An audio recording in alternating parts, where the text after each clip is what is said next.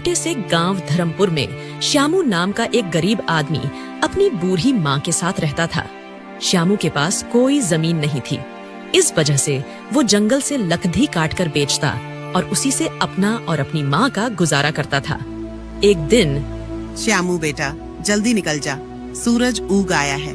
जंगल जाने में देर कर देगा तो शाम तक लकड़ी काट कर लौटना मुश्किल हो जाएगा। हाँ माँ, मैं अभी निकलता हूँ, तू चिंता मत कर।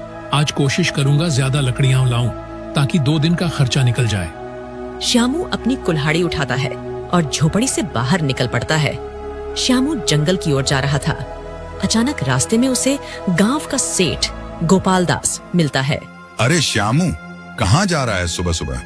प्रणाम सेठ जी, जंगल जा रहा हूँ लकड़ी काटने। माँ के खाने का इंतजाम करना है ना, बस वही करने निकल पड़ा। तू भी अजीब आदमी है श्यामू, न जमीन है न खेत, बस यही जंगल की लकड़ियों से पेट पालता है। सेठ जी, भगवान ने जो दिया है उसी में जी रहा हूँ। बात तो ठीक कहता है तू। अच्छा सुन, मुझे अपनी गाय की गौशाला बनाने के लिए कुछ लकड़ियों की जरूरत पड़ेगी, क्या तू ला सकेगा? क्यों नहीं सेठ जी, अगर आपको लकड़ी चाहिए तो मैं पहुंचा दूंगा। बस बता दीजिए कितनी चाहिए और कब तक। अच्छा, तो कल से ही लकड़ी मेरे गोदाम में पहुंचाना शुरू कर। दाम अच्छा दूंगा। अगर तेरा काम ठीक रहा तो आगे भी तुझसे ही काम लूंगा। धन्यवाद सेठ जी, मैं अपनी पूरी मेहनत लगा दूंगा। श्यामू जंगल में पहुंचता है। चारों ओर हरे भरे पेड़, पक्षियों की चहचहाहट। श्यामू कुल्हाड़ी उठाकर लकड़ी काटना शुरू करता है। अगर यह काम सही रहा तो माँ को आराम मिलेगा, शायद झोपड़ी भी ठीक कर सकूं। भगवान, बस तू साथ देना। धीरे धीरे शाम होती है। श्यामू लकड़ियां बांधकर अपने कंधे पर लादता है और गांव लौटता है। उसकी माँ दरवाजे पर बैठी इंतजार कर रही थी। आ गया बेटा, कितनी देर लगा दी, थक गया होगा। हाँ माँ, पर आज मन खुश है। सेठ जी ने मुझसे ढेर सारी लकड़ी मंगवाई है। अगर काम सही हुआ तो आने वाले दिन बदल सकते हैं।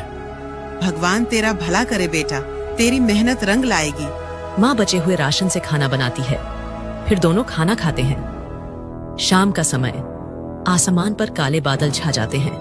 तेज हवाएं चलने लगती हैं। अचानक बारिश शुरू हो जाती है। गांव की पगडंडियां कीचड़ से भर जाती हैं। झोपड़ी के अंदर श्यामू की बूढ़ी माँ खाट पर लेटी थी। बारिश में चल रही ठंडी हवा से श्यामू की माँ को तेज बुखार हो गया था। ओ राम, ओ श्यामू, मेरा सिर जल रहा है बेटा। अरे माँ, ये क्या हो गया? तेरा शरीर तो तपा हुआ है। तू बिल्कुल चिंता मत कर, मैं अभी तेरे लिए दवा लेकर आता हूँ। इसके बाद श्यामू तुरंत भीगते हुए बाहर निकल जाता है। तेज बारिश में श्यामू की हालत भीग कर बदतर हो जाती है। वह भीगते हुए सेठ गोपाल दास के हवेली पर पहुंचता है और दरवाजा खटखटाता है। तभी दरवाजा खुलता है और सेठ अंदर से निकलता है। अरे श्यामू, तू इस वक्त और इस बारिश में यहाँ क्या कर रहा है? सेठ जी, मेरी माँ को तेज बुखार हो गया है। हालत बहुत खराब है। घर में न दवा है न राशन। मुझे पैसों की सख्त जरूरत है। तो तू चाहता क्या है? सेठ जी, मुझे कुछ ज्यादा पैसे उधार दे दीजिए। मैं कुछ पैसे लकड़ी में कटवा दूंगा और बाकी मैं मजदूरी करके लौटा दूंगा। ठीक है श्यामू, पैसे तो मैं दे दूंगा, लेकिन ब्याज देना होगा। ब्याज? सेठ जी, मैं गरीब आदमी हूँ, ब्याज के साथ पैसे कैसे लौटाऊंगा? तो सुन, मैं बिना ब्याज के पैसे नहीं देता। यदि ब्याज के साथ पैसे देने हैं तो बता, वरना पैसे भूल जा। ठीक है सेठ जी, जो शर्त आप कहें मैं मान लूंगा। ये ले कुछ रुपए, और याद रखना श्यामू, ब्याज सहित पैसे समय पर चुका देना, वरना तू जानता ही है। धन्यवाद सेठ जी, मैं मेहनत करके एक एक पैसा चुका दूंगा। श्यामू बारिश में फिर से भीगता हुआ वैद्य जी की झोपड़ी की ओर दौड़ता है।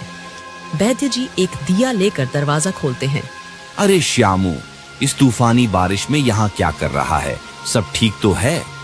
वैद्य जी, मेरी माँ को तेज बुखार हो गया है, कृपा करके कुछ दवा दे दीजिए।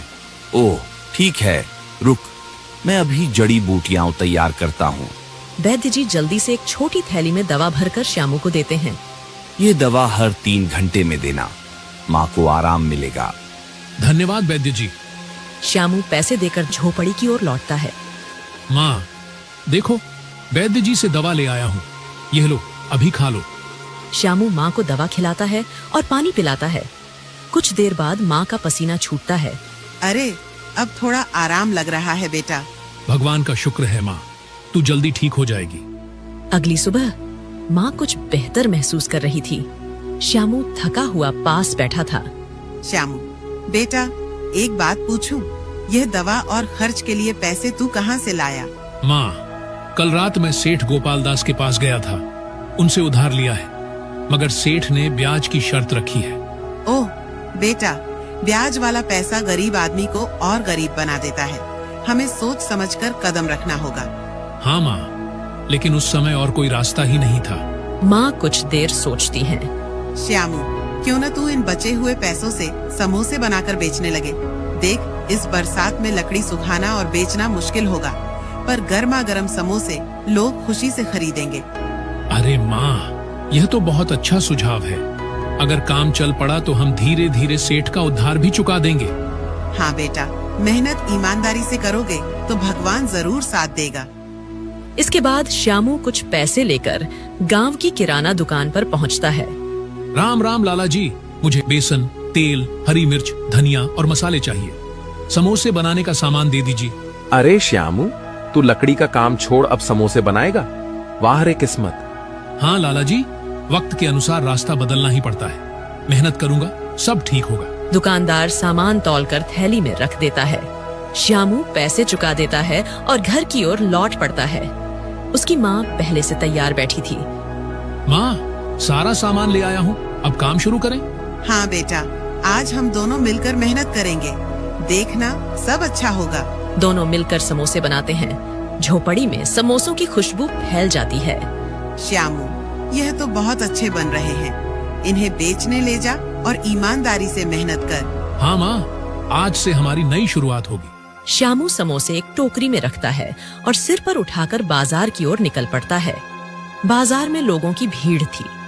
श्यामू सड़क के किनारे एक साफ जगह पर टोकरी रखता है और ऊंची आवाज में समोसे बेचना शुरू करता है। गर्मा गर्म समोसे, ताजे और स्वादिष्ट समोसे।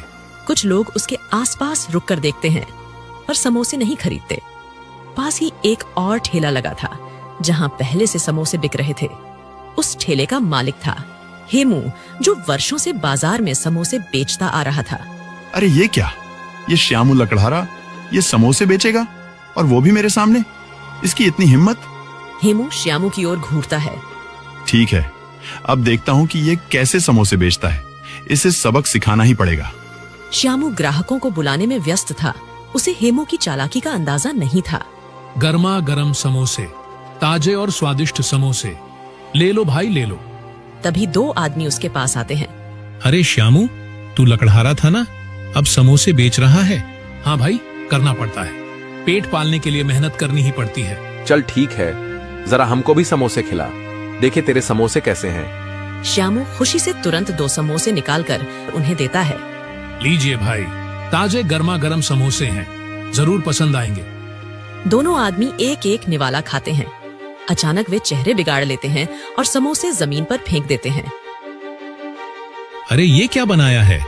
बिल्कुल बेस्वाद, न नमक है न मसाले का स्वाद। यह समोसे खाने लायक ही नहीं है। श्यामू, तुझे किसने समोसे बनाना सिखाया? एकदम बकवास हैं ये। ऐसे तो कोई ग्राहक तेरे पास नहीं आएगा। लोग यह देख हंसने लगते हैं। श्यामू का चेहरा उतर जाता है। उसकी आंखों में आंसू भर आते हैं। हे भगवान, इतनी उम्मीद से काम शुरू किया था, क्या सच में मैं समोसे बेचने लायक नहीं हूँ? पास खड़ा हेमू ये दृश्य देखकर मन ही मन मुस्कुराता है। हाँ हाँ, यही होता है जब कोई मेरे सामने समोसे बेचने की कोशिश करता है। अब देखता हूँ ये श्यामू कितने दिन टिकता है। अरे भाइयों, क्यों उन बेस्वाद समोसों के चक्कर में पड़े हो? आओ मेरे पास आओ, यहाँ गर्मा गर्म चटपटा और मजेदार समोसा मिलेगा। दोनों आदमी हेमू के ठेले की ओर बढ़ते हैं। आसपास खड़े अन्य ग्राहक भी हेमू के पास जाने लगते हैं। हाँ भाई, हेमू के समोसे तो हमेशा लजीज होते हैं, चलो वहीं खाते हैं। धीरे धीरे सभी लोग हेमू के ठेले पर जुट जाते हैं। श्यामू अकेला सड़क किनारे अपनी टोकरी लिए रह जाता है। लगता है आज कोई भी मेरे समोसे नहीं खरीदेगा। श्यामू निराश मन से अपनी टोकरी उठाता है और भीगी आंखों के साथ घर लौट आता है। झोपड़ी के दरवाजे पर उसकी माँ इंतजार कर रही होती है। क्या हुआ बेटा, समोसे बिके नहीं क्या? श्यामू चुपचाप टोकरी जमीन पर रख देता है। माँ, बाजार में सबने मेरे समोसे बेस्वाद कहकर फेंक दिए, किसी ने पसंद नहीं किए और सारे पैसे भी इसमें लग गए। अब सेठ का कर्ज कैसे चुकाएंगे? बेटा चिंता मत कर, हर नया काम शुरुआत में कठिन होता है। भगवान तेरे लिए कोई न कोई रास्ता जरूर निकालेंगे। वे दोनों बात कर ही रहे थे, तभी बाहर से आवाज आती है। दरवाजे पर सेठ गोपाल दास अपने 2 आदमियों के साथ खड़ा था। अरे श्यामू, कहाँ है तू? बाहर आ, आज हिसाब करना है। माँ, ये तो सेठ है, लगता है पैसे वसूलने आया है। हिम्मत रख बेटा, सच बोलना, भगवान सब देख रहे हैं। श्यामू अपनी माँ के साथ बाहर आता है। सेठ गोपाल दास अपनी मूंछों पर ताव देते हुए खड़ा था। सेठ जी, मुझे पता है कि आप पैसे लेने आए हैं, मगर क्षमा कीजिए, अभी मेरे पास कुछ भी नहीं है। मैंने आपसे जो रुपए लिए